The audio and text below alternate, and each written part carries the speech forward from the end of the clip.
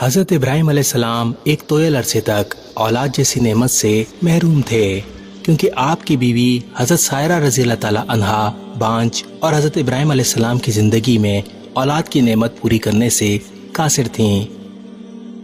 آخر کار حضرت ہاجرہ رضی اللہ تعالی عنہا کے ذریعے حضرت ابراہیم علیہ السلام کی زندگی میں اولاد کی کمی پوری ہوئی اور اللہ تعالیٰ نے انہیں حضرت اسماعیل علیہ السلام سے نوازا۔ ایسی صورتحال میں حضرت ابراہیم علیہ السلام کی اپنے بیٹے کے ساتھ محبت و اشتیاق میں ایک خاص قسم کی جھلک نمودار ہوتی تھی، کیونکہ آپ علیہ السلام کئی سالوں کے انتظار کے بعد صاحب اولاد ہوئے تھے۔ حضرت اسماعیل علیہ السلام بھی باپ کی ایسی خاص محبت و شفقت کے سائے میں پروان چڑھنے لگے۔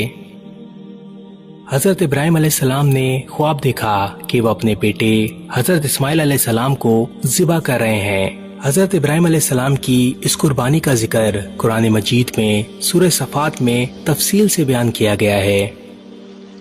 ایک باپ کا اپنے عزیز بیٹے کو ذبح کرنا کتنا مشکل اور کٹھن کام تھا۔ حضرت ابراہیم علیہ السلام کو اپنے بیٹے حضرت اسماعیل علیہ السلام سے بے پناہ محبت تھی، مگر حکم الہی کے آگے باپ اور بیٹے دونوں جھک گئے۔ لبیک لبیک اللہم لبیک، حاضر ہوں اے اللہ میں حاضر ہوں، کہتے ہوئے اپنے خالق و مالک کے حکم کو پورا کرنے کی تیاری میں لگ گئے۔ باپ خواب کی تعبیر کو عملی شکل دینا چاہتا ہے اور بیٹا حکم خداوندی پر قربان ہونا چاہتا ہے۔ حکم الہی پر عمل پیرا ہونے کے لیے دونوں مروہ کی جانب چل پڑے۔ راستے میں شیطان ایک بوڑھے آدمی کی صورت میں حاضر ہوا اور نصیحت کرنے والے انداز میں کہنے لگا، اے ابراہیم، آخر تم اپنے بیٹے سے کیا چاہتے ہو؟ حضرت ابراہیم علیہ السلام نے فرمایا، میں چاہتا ہوں اسے خدا کی راہ میں قربان کر دوں۔ اس شیطان نے کہا، واہ، کیا تم اپنے اس بیٹے کو ذبح کرنا چاہتے ہو جس نے پلک جھپکنے کی دیر کے لیے بھی اپنے خدا کی نافرمانی نہیں کی؟ ابراہیم علیہ السلام نے فرمایا، اللہ نے مجھے اس کا حکم دیا ہے۔ اس شیطان نے کہا، ایسا ہرگز نہیں ہے، بلکہ یہ صرف ایک شیطانی الہام تھا اور شیطان نے ہی تجھے ایسا کرنے کا حکم دیا ہے۔ ابراہیم علیہ السلام برہم ہوئے اور فرمایا، جس نے مجھے مقام نبوت سے ہمکنار فرمایا اسی نے مجھے اس کام کا بھی حکم دیا ہے۔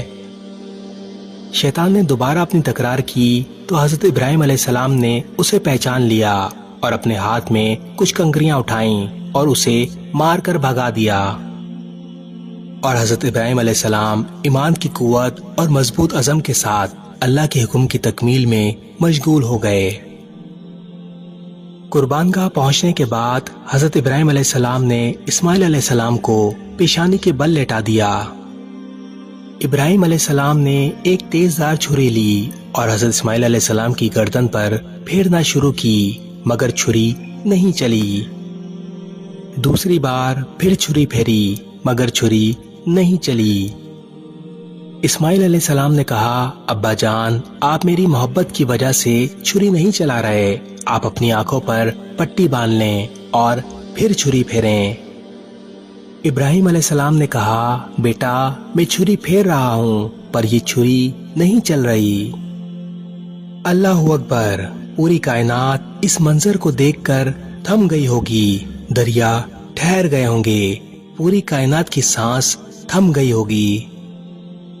تیسری بار ابراہیم علیہ السلام نے اپنی آنکھوں پر پٹی باندھی اور تیزی سے چھری پھیرنا شروع کی۔